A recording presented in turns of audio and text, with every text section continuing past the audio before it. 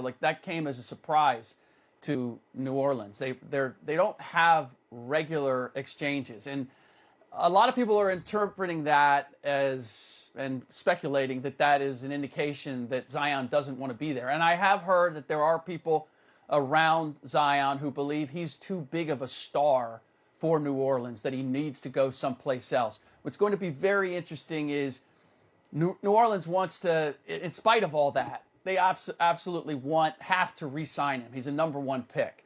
I've been told that what they'll do is, because of the injuries, they'll try to load it up much like Joel Embiid's contract with Philadelphia. It's going to be like a 35-page contract that covers all of the injury possibilities. To do that, though, you need to have a relationship to negotiate something like that. And that's where it's going to get very, very interesting. All right, Rick Bucher, covering the league for a long time. Podcast On the Ball with Rick Bucher, as always. I just love seeing MJ get the big cheer. I don't know why that just tickled me. Yeah. Buke's great seeing you again, my man. Hated the Pistons like Chicago fans hated the Pistons. Like that, he was so petty. And fans can be petty. And that's my takeaway on Michael, is that a lot of what he symbolized is what we kind of miss a little bit about the NBA. Am I wrong on that, or does it land it for you like that? No, I think there are a lot of fans that certainly see him in a golden light of what once was and how guys operated. I also believe that Jordan has done a great job of positioning himself. Look, he's still an owner of the NBA. He could have as much exposure as he wants, and yet he has kept a relatively low profile. What we have seen of him, we saw through The Last Dance. So he's been able to package exactly how much we've seen. And I think it's the case with any number of players, in that the more you put yourself out there, I could say the same for Charles Barkley, the more you put yourself out there, the more you give fans material to pick at and find fault with. And Jordan simply hasn't done that. So he left in a golden light. Maybe he may be in a more golden light now than he was when he left the league, because we completely forget about the Washington Wizards, right? We've gone straight. We just go straight back to the Bulls, right?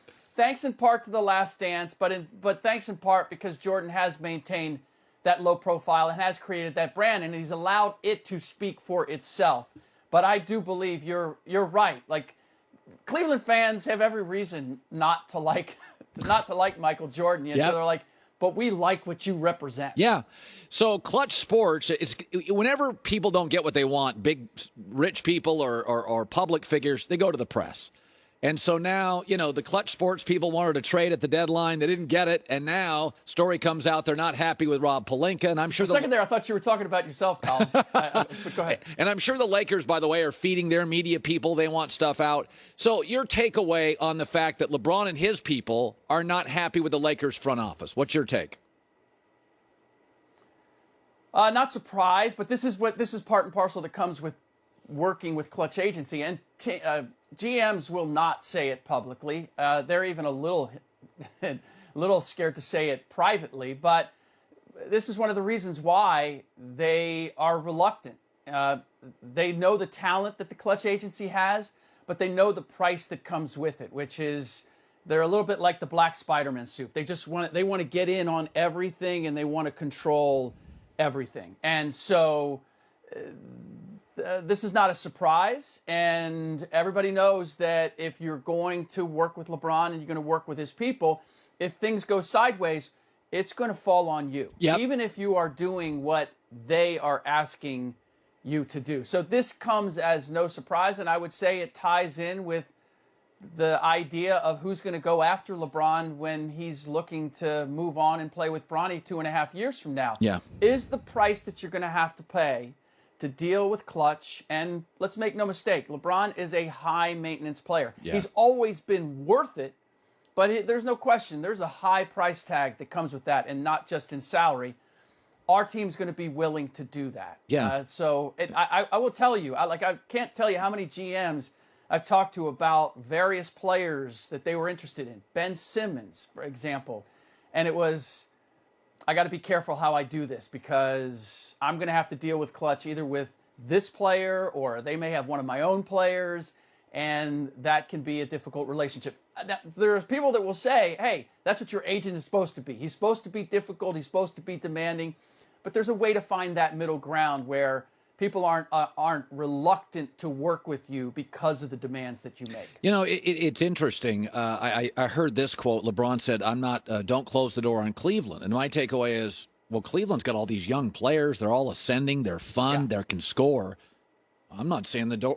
Why is the door open to Cleveland? Dan Gilbert's got no interest to let LeBron have the franchise. When LeBron said that, my takeaway was, that's a little delusional. If I was Cleveland, I got LeVert now and Jared Allen now and Garland now and Sexton's hurt but back. I'm thinking Mobley, by the way, is going to win Rookie of the Year. I'm thinking there's no way they're not going to. I mean, that to me sounded like LeBron was tone deaf. Like he thinks Cleveland will take him back. I do not at all. Do you? I think he meant it as a compliment. I think he meant it like, hey, we could get together again. And I don't know, it's like the girlfriend you jilted twice. Hey, you know what? I think we should get back together. She might not be so excited about that, especially when I think about how LeBron left that franchise the last 2 times. Yes, he brought a championship, and that means the world to the people in Cleveland and to the Cavaliers. But he didn't leave them in very good shape. That's right. And now you're talking about getting a 40-year-old LeBron who's going to be there for how long? And again, he's saying he'd go for any amount of money, but it's a matter of the imprint that he makes. It's the footprint, as you say, takes up a lot of oxygen in the room. And this is the flip side of it, though. 2.5 years from now, I'm not sure that it makes sense for any team more than it makes sense for Cleveland. Because what are you getting? I don't care if you're the Washington Wizards or the Sacramento Kings or the Charlotte Hornets. Renting LeBron James for 1 year, what does it really get you? How much does it really change your franchise? How much would you move in order to make that happen? At least with Cleveland, you have the hearkening of the good old days, the good times, the son coming, you know, the prodigal son coming home once again. Like right. I can at least see a narrative that I could sell if I'm the Cleveland Cavaliers and make my fans feel good about it. I don't know that the Charlotte Hornet fans are going to be that thrilled to get a 40-year-old LeBron, especially if it means that you're also drafting Bronny. Finally, Zion Williamson. This thing's gotten weird and ugly, and C.J. McCollum says, yeah, I'm a new player here, and nobody's called me, including Zion. We got about a minute here. Yeah.